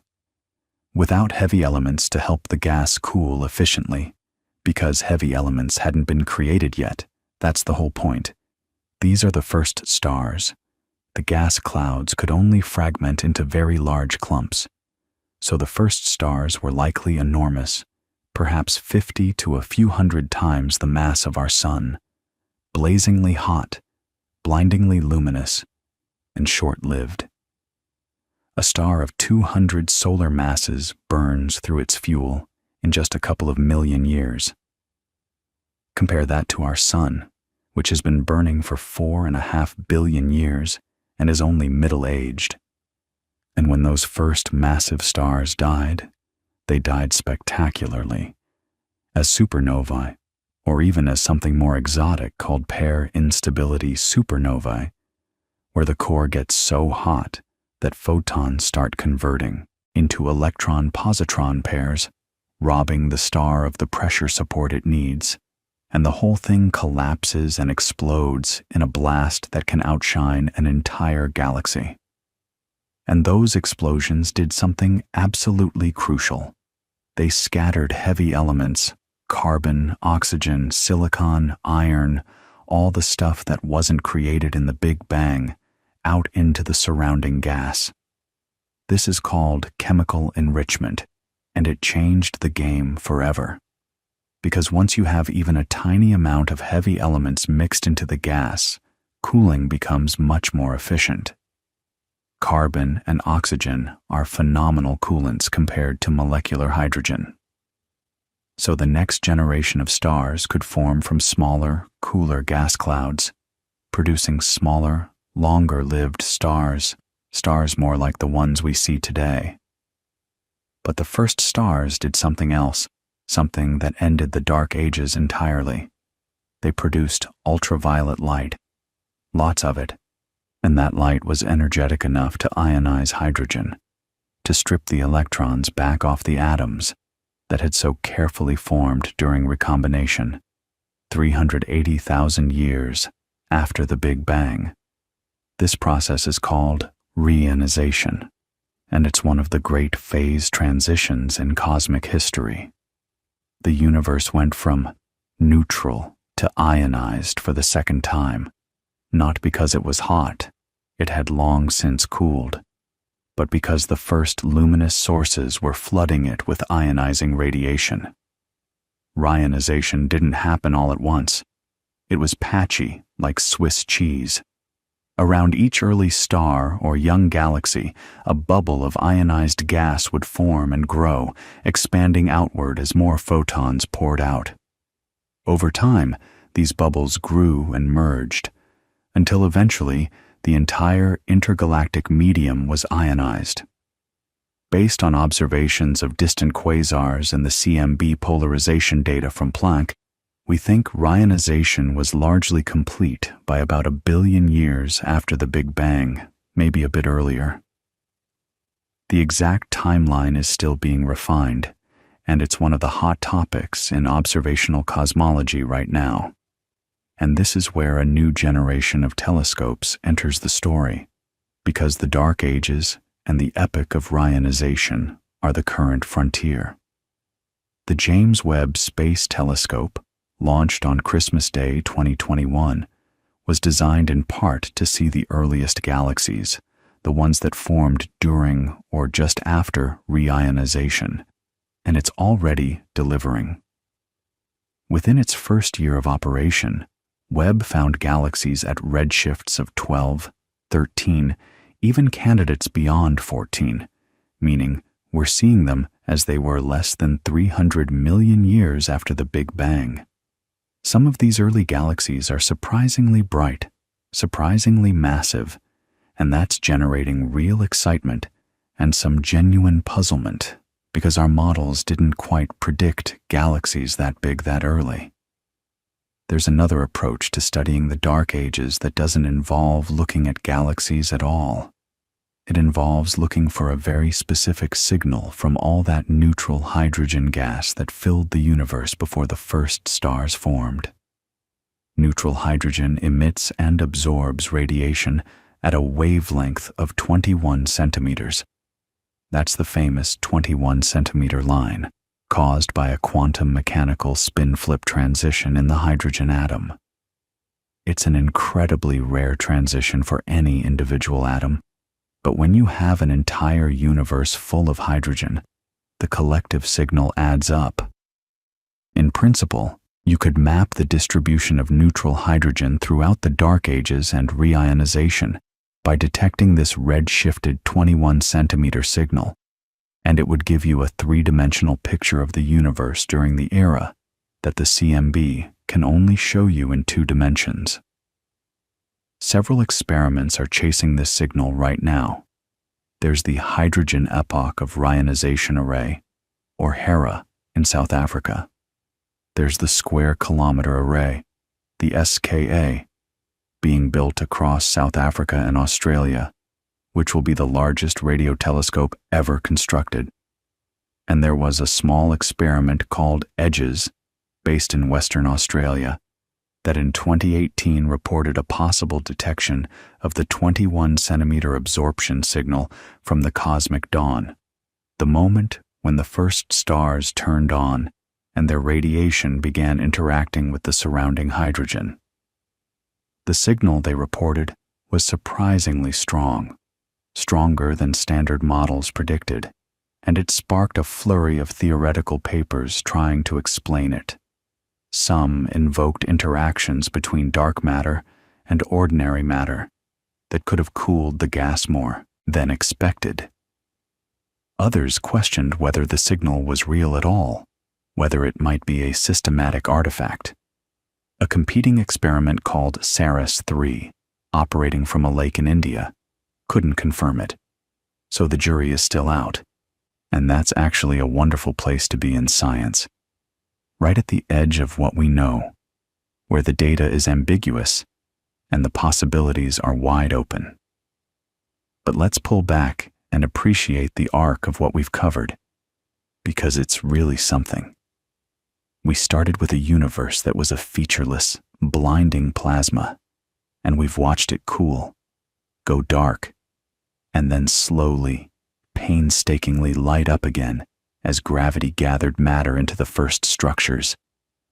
And the story doesn't stop with the first stars and galaxies, because those early galaxies kept merging, kept growing, kept forming new stars, and the heavy elements they produced got recycled into new generations of stars and planets, and around at least one ordinary yellow star in an ordinary spiral galaxy, about 9 billion years after the Big Bang, a rocky planet formed at just the right distance, with just the right conditions, with just the right mix of ingredients, to become something truly remarkable. And that planet is, of course, the one you're lying on right now. Think about that for a second. Every atom in your body was forged inside a star. The calcium in your bones, the iron in your blood, the oxygen you're breathing, all of it was cooked up in the nuclear furnaces of stars that lived and died long before the sun ever existed. Carl Sagan said it, and it's become a cliché. But clichés become clichés because they're true. You are literally made of star stuff, and not just any stars. Some of those atoms came from the massive, short-lived population 3 stars we talked about, the ones that exploded as supernovae and seeded the universe with its first heavy elements. Others came from later generations of stars, stars that formed from gas already enriched with carbon and oxygen and silicon, stars that lived longer, burned more steadily, and when they died, added even more complexity to the cosmic inventory. It took billions of years of stellar recycling, stars forming, burning, exploding, their debris collapsing into new stars, those new stars burning and exploding in turn, to build up the elemental diversity you need for rocky planets and liquid water and organic chemistry. The universe had to do a lot of work before it was ready for you. So let's talk about where we are now, cosmologically speaking. Because one of the most extraordinary things about the last few decades of cosmology is that we've converged on a single, coherent model of the universe, the lambda CDM model, that fits an almost absurd amount of data. We talked about this model earlier, how WMAP and then Planck nailed down its parameters with exquisite precision. The universe is 13.8 billion years old. It's geometrically flat. It's made of roughly 5% ordinary matter, 27% dark matter, and 68% dark energy. The initial perturbations that seeded all structure were nearly scale invariant, with a spectral index just slightly less than 1. And all of this hangs together. The CMB measurements agree with the galaxy surveys. The galaxy surveys agree with the supernova data. The supernova data agrees with the baryon acoustic oscillation measurements. It's a remarkably consistent picture, and it's built on observations spanning the entire history of the universe, from the afterglow of the Big Bang at 380,000 years to the distribution of galaxies billions of light years away to the acceleration of the expansion happening right now. But here's the thing. This beautiful, precise model is also, in a very real sense, a model of our ignorance. Because 95% of the universe, according to lambda CDM, is made of stuff we don't understand. We've never detected a dark matter particle in a laboratory. We have no fundamental theory that explains dark energy. We have a model that describes the universe's behavior with extraordinary accuracy, and yet the two dominant ingredients in that model are essentially placeholders, names we've given to phenomena we can observe gravitationally but cannot yet explain from first principles. And that tension between the precision of the model and the depth of our ignorance is one of the most fascinating things in all of science. Let's start with dark matter, because it's the one we've been chasing the longest. The idea goes back to the 1930s, to Fritz Zwicky, this brilliant, combative Swiss-American astronomer working at Caltech. Zwicky was studying the Coma cluster, a massive collection of galaxies about 320 million light-years away, and he measured the velocities of the galaxies within it. They were moving fast, much faster than they should have been if the only gravity holding the cluster together came from the visible matter. He calculated that the cluster needed about 400 times more mass than he could see to keep from flying apart. He called the missing stuff dunkle materie, dark matter. And then, for decades, almost nobody paid attention. Zwicky had a reputation for being difficult, for picking fights, for calling his colleagues spherical bastards, his term, meaning they were bastards no matter which direction you looked at them from. So his dark matter idea languished. It wasn't until the 1970s that the evidence became impossible to ignore, thanks largely to Vera Rubin. Rubin was an astronomer at the Carnegie Institution in Washington, and she'd faced enormous barriers just getting into the field. Princeton didn't admit women to its graduate astronomy program when she applied. She did her PhD at Georgetown instead, studying under George Gamow, yes, the same Gamow who predicted the cosmic microwave background. And her work was transformative. She and her collaborator Kent Ford measured the rotation curves of spiral galaxies, how fast stars orbit at different distances from the galactic center. In a galaxy held together only by visible matter, you'd expect stars farther from the center to orbit more slowly, the same way outer planets in our solar system orbit the sun more slowly than inner ones. It's just Kepler's laws, basic orbital mechanics. But that's not what Rubin found. The rotation curves were flat. Stars at the edges of galaxies were orbiting just as fast as stars closer to the center. The only way to explain this was if galaxies were embedded in vast halos of invisible matter, dark matter, extending far beyond the visible disk. And this wasn't just one galaxy. Rubin and Ford measured dozens, and the result was the same every time. Flat rotation curves, everywhere they looked. Combined with Zwicky's cluster observations, gravitational lensing measurements showing that galaxy clusters bend light more than their visible mass can account for, and the CMB data showing that the universe's total matter content far exceeds the ordinary baryonic matter, it all pointed to the same conclusion. There is something out there, something massive, something that interacts gravitationally but not electromagnetically, something that doesn't emit or absorb light, and there's about 5 times more of it than the ordinary stuff we're made of. So, what is it? That's the question that's consumed particle physicists and cosmologists for decades now. The leading candidates for a long time were WIMPs, weakly interacting massive particles. The idea was elegant. If you postulate a new particle with a mass roughly in the range of 100 times the proton mass, interacting through the weak nuclear force, then the amount of dark matter left over from the Big Bang naturally comes out to about the right value. This coincidence was so striking that physicists called it the WIMP miracle, and it motivated an enormous experimental effort. Underground detectors were built in mines and tunnels around the world. Xenon in Italy's Gran Sasso Laboratory, LX, and then LZ in South Dakota's Sanford Underground Research Facility, PandaX in China's Jinping Underground Laboratory. These experiments use huge tanks of ultra-pure liquid xenon, shielded from cosmic rays by kilometers of rock, waiting for a dark matter particle to bump into a xenon nucleus and produce a tiny flash of light.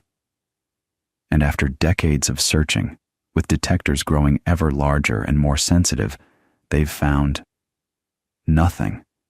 No confirmed WIMP detection. The parameter space for WIMPs has been squeezed tighter and tighter, and while WIMPs haven't been completely ruled out, the miracle is looking a lot less miraculous than it used to.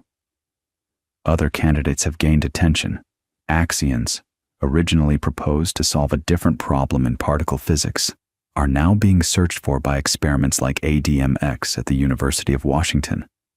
There are ideas about sterile neutrinos, about primordial black holes, about particles from hidden sectors that interact with our world only through gravity.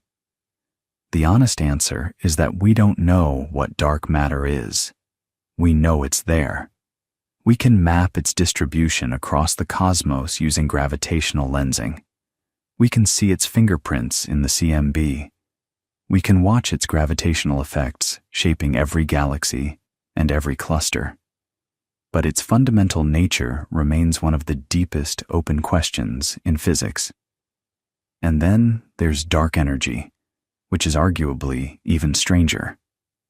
Remember, in 1998, two teams, the Supernova Cosmology Project, led by Saul Perlmutter, and the High Z Supernova Search Team, led by Brian Schmidt and Adam Rees, independently discovered that the expansion of the universe is accelerating. They were using Type 1a supernovae as standard candles, measuring distances to far-off galaxies, and the supernovae were dimmer than expected. The galaxies were farther away than they should have been if the expansion were slowing down.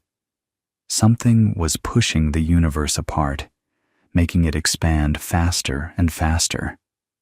They won the Nobel Prize in 2011, and their discovery reshaped our entire understanding of cosmic evolution.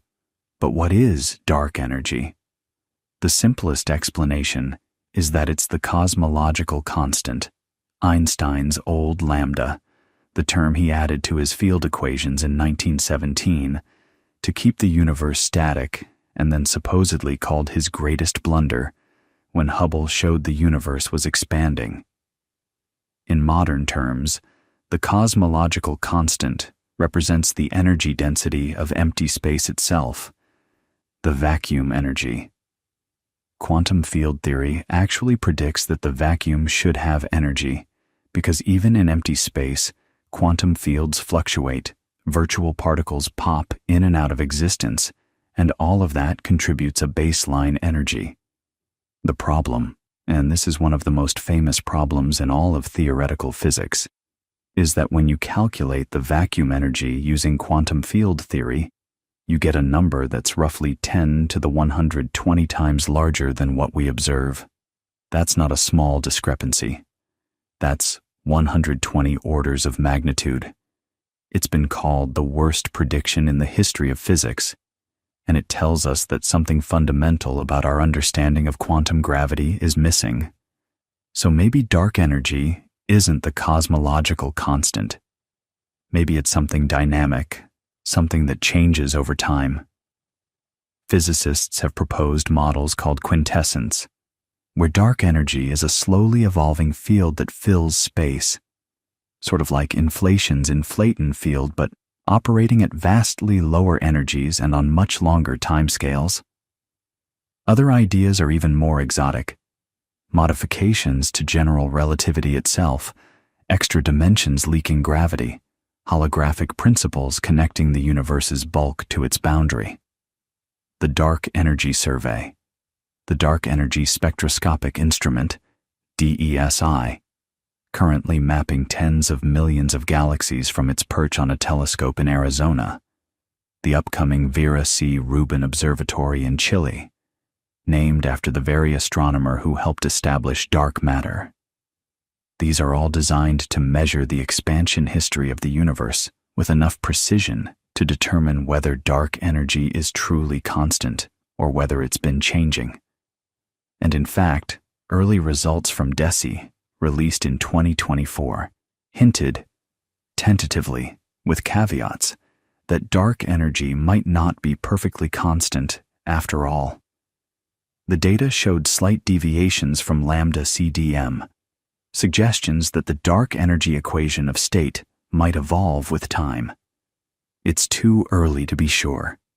The error bars are still large enough to be consistent with a cosmological constant, but it's exactly the kind of hint that keeps cosmologists up at night in the best possible way. And here's what's beautiful about all of this. We live in an era where these aren't just philosophical questions. They're empirical ones.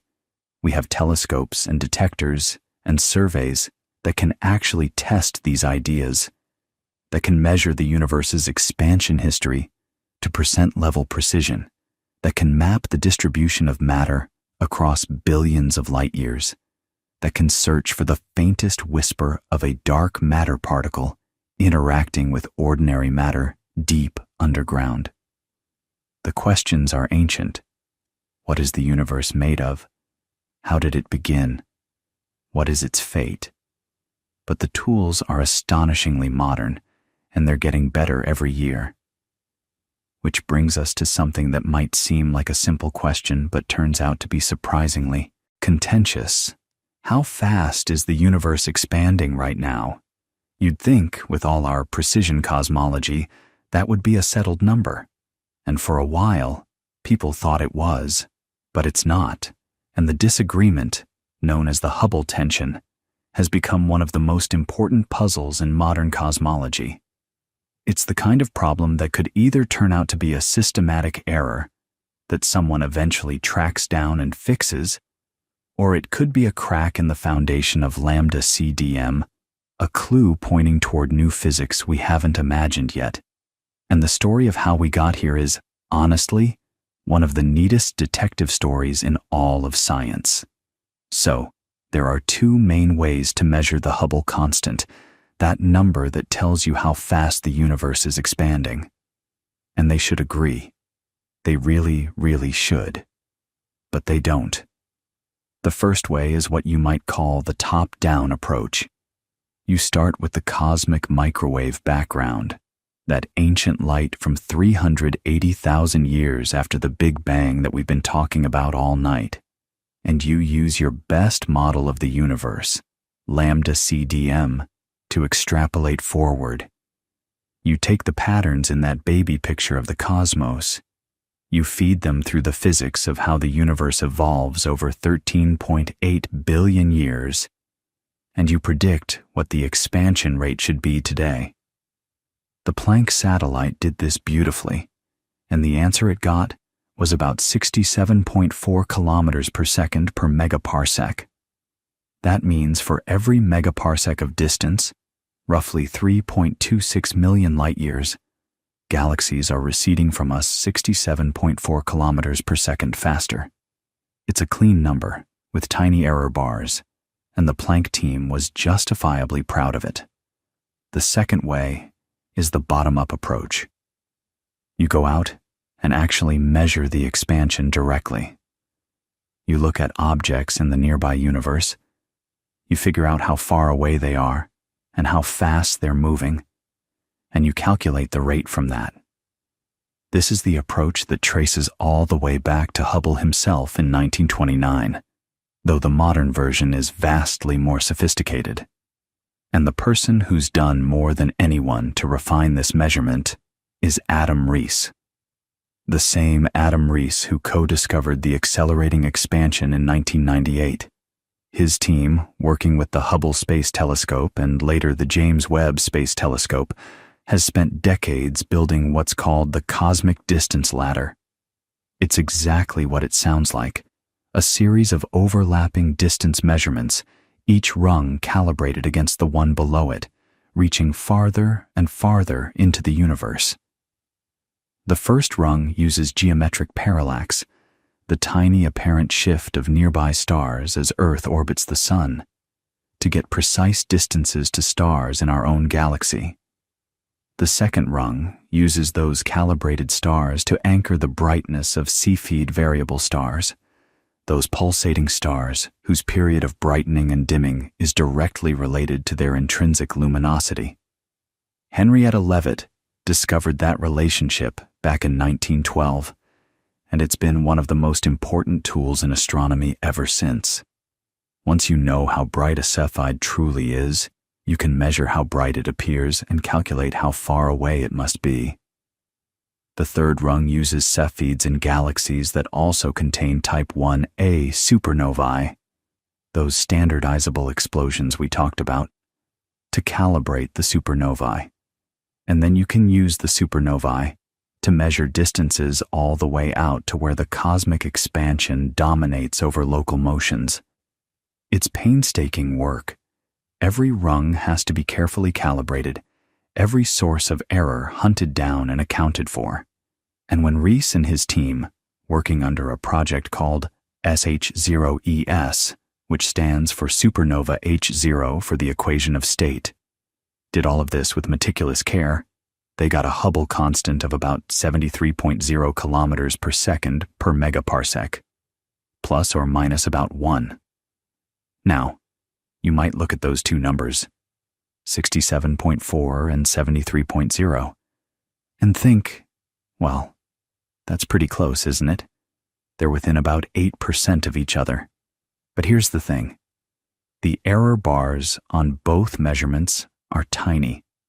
The Planck measurement has uncertainties of less than 1%. The SH0ES measurement has uncertainties of about 1.5%. When you compare them properly, accounting for those small uncertainties, the disagreement is around 4 to 6 sigma, meaning there's less than about a 1 in 100,000 chance that this discrepancy is just a statistical fluke. In physics, 5 sigma is traditionally the threshold for claiming a discovery. So this isn't a minor quibble.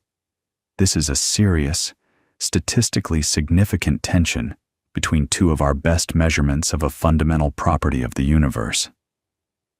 And people have tried everything to make it go away. That's the first thing you should know. The cosmology community has thrown enormous effort at this problem, because the simplest explanation would be that someone, somewhere, is making a mistake. Maybe the Cepheid distances are being contaminated by crowding effects in distant galaxies, stars blending together in the telescope images, making the Cepheids look brighter than they really are, throwing off the distances. Reese's team used the James Webb Space Telescope to check this, because JWST has sharper resolution than Hubble in the infrared, and they found the Cepheid measurements held up. The crowding wasn't the problem. Maybe the issue is with the CMB analysis. Maybe the Planck data has some subtle systematic error, or maybe the assumptions going into the lambda CDM extrapolation are slightly wrong. Other CMB experiments, like the Atacama Cosmology Telescope, have weighed in with their own measurements, and they've gotten numbers broadly consistent with Planck, on the lower end, around 67 to 68. So it doesn't seem to be a Planck-specific problem. Maybe the distance ladder has a problem with its first rung, the geometric parallax measurements. The European Space Agency's Gaia satellite has been measuring stellar parallaxes with unprecedented precision, and those measurements have been used to cross-check the Cepheid calibration. Some adjustments were needed, but they didn't resolve the tension. People have tried replacing Cepheids with other distance indicators entirely. There's a method using the tip of the red giant branch, the maximum brightness that red giant stars reach before helium ignition, as a standard candle. Different teams using this method have gotten different answers, some closer to 70, some closer to 73, some in between. It hasn't cleanly resolved things. There are methods using surface brightness fluctuations of galaxies, methods using gravitational lensing time delays, where light from a distant quasar takes slightly different paths around an intervening galaxy, arriving at different times, and the time delay depends on the expansion rate. These methods have generally landed in the 70 to 75 range, supporting the higher value, though with larger uncertainties. So after years of checking and cross-checking and arguing and publishing and reanalyzing, the tension persists. And that's actually exciting, because it means one of two things. Either there's a subtle systematic error that's eluded some of the best observational astronomers in the world, which is possible. These measurements are incredibly difficult. Or our model of the universe is incomplete in some way that affects how it expands. And this is where theorists start getting creative. What kind of new physics could explain the discrepancy? One popular idea is called early dark energy, a brief burst of extra dark energy that existed in the first few 100,000 years after the Big Bang, before recombination, that would have slightly altered the sound horizon, the characteristic scale imprinted in the CMB. If the sound horizon was actually a bit smaller than lambda CDM predicts, then the Planck data would yield a higher Hubble constant, potentially bringing it into agreement with the local measurements. It's an elegant idea, but it has to be carefully tuned, and it has to not mess up all the other things that lambda CDM gets right, which is a tall order. Another idea involves extra relativistic particles in the early universe, maybe an additional species of neutrino, or some other light particle we haven't detected yet. This would increase the expansion rate in the early universe, again shifting the CMB prediction.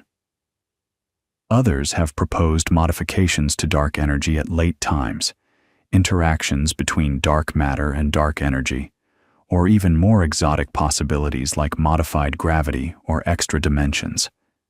None of these proposals has emerged as a clear winner. The Hubble tension remains genuinely open, and it's one of those rare situations in modern physics where a relatively simple measurement, how fast is the universe expanding, might be pointing towards something fundamentally new. It's the kind of problem that could reshape cosmology in the coming decade. Or it could quietly resolve itself as measurements improve. We genuinely don't know yet, and there's something thrilling about that honesty. And stepping back from the Hubble tension for a moment, it's worth appreciating just how far we've come. Think about where we started tonight. We started with Georges Lemaitre, a Belgian priest with a passion for mathematics, sitting in a quiet study, working through Einstein's field equations, and arriving at the audacious idea that the universe is expanding. That if you run the clock backward, everything converges toward a single primeval atom, a cosmic egg from which all of space and time and matter emerged. That was less than 100 years ago. People laughed at him. Fred Hoyle mocked the idea on the radio and accidentally gave it the name that stuck, the Big Bang. Einstein himself told Lemaitre his physics was correct, but his understanding was abominable. And then, piece by piece, the evidence piled up. Hubble's redshifts, Gamow and Alpher's predictions about light elements forged in the first few minutes, Penzias and Wilson stumbling onto the cosmic microwave background while trying to get rid of an annoying hiss in their antenna. COBE seeing the first tiny ripples in that ancient light. Boomerang floating above Antarctica and confirming the universe is flat. WMAP mapping the sky with enough precision to pin down the age of the universe to within 50 million years. Planck refining those numbers to exquisite precision. 13.8 billion years old, 4.9% ordinary matter, 26.8% dark matter, 68.3% dark energy. Along the way, we discovered that the universe went through a brief, furious epoch of inflation in its first fraction of a second, smoothing and flattening everything, planting the quantum seeds that would grow into galaxies. We discovered that the first stars were enormous, lonely and short-lived, burning through their fuel and seeding the cosmos with the heavy elements that would eventually become planets and oceans and bones. We discovered that the universe's expansion is accelerating, driven by something we can't see, can't touch, and don't understand. Dark energy, the dominant component of everything that exists. And here you are, lying in the dark, made of atoms that were forged in the cores of stars that exploded billions of years ago, on a planet orbiting a middle-aged star in an unremarkable spiral galaxy, in a universe that began as something unimaginably hot and dense and has been expanding and cooling and complexifying ever since. Every carbon atom in your body was made by nuclear fusion in a stellar interior. Every breath you take contains atoms that have been cycling through stars and nebulae and interstellar clouds for billions of years. You are, in the most literal and unpoetic sense, the universe contemplating itself. And the story isn't over. That's the thing I keep coming back to. We've answered so many questions. The age of the universe, its geometry, its composition, the origin of its structure. But every answer has opened new questions. What is dark matter really? What is dark energy? Did inflation actually happen? And if so, what drove it? Are there other universes? Is our set of physical constants the only possible one? Or is it one of unimaginably many? What happened at the very first instant, before inflation, before the forces separated, in that Planck epoch, where our physics breaks down and quantum gravity, whatever that turns out to be, held sway? These are questions for the next generation of telescopes, detectors, and theorists. The Vera C. Rubin Observatory will map billions of galaxies and track how dark energy has shaped the universe's expansion over cosmic time.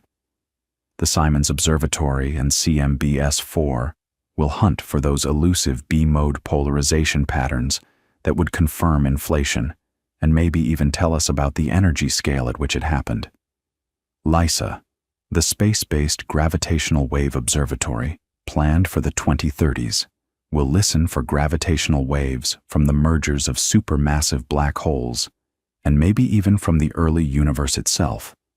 A gravitational wave background that could carry information from epochs that light can never reveal. Particle physicists will keep searching for dark matter, pushing the sensitivity of underground detectors, building new accelerators, looking for axions with resonant cavities, exploring every theoretical possibility. And somewhere, right now, there's probably a graduate student staring at a dataset at 2 a.m, noticing something that doesn't quite fit, something that the standard model can't explain, and they're wondering if it's a bug in their code or a crack in the edifice of modern cosmology. That's how it always starts. Penzias and Wilson thought they had a problem with pigeon droppings.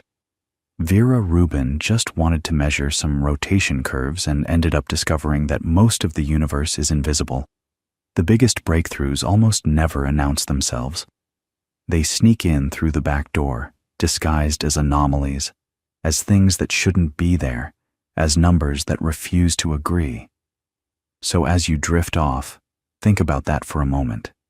The universe began, as near as we can tell, 13.8 billion years ago, in a state so extreme that our best theories can only gesture at it. It inflated, it cooled, it forged hydrogen and helium in a cosmic furnace that lasted about 20 minutes. It glowed for 380,000 years, and then went dark. The first stars lit up, lived fast, died spectacularly, and scattered the elements that would become everything you've ever touched or tasted or loved.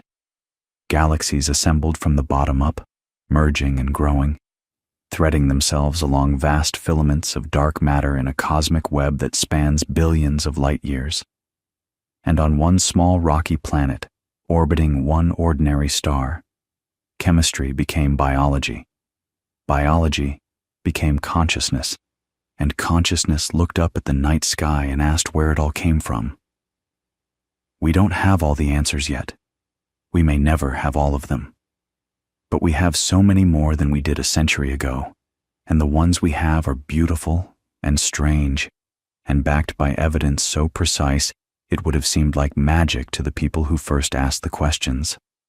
The cosmic microwave background is still there, filling every cubic centimeter of space, a faint warmth just 2.725 degrees above absolute zero, the oldest light you could ever detect, carrying in its patterns the story of everything.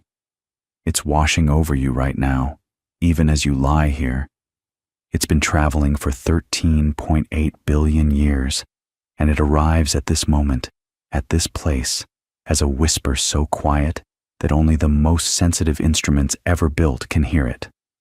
But it's there. It's always been there.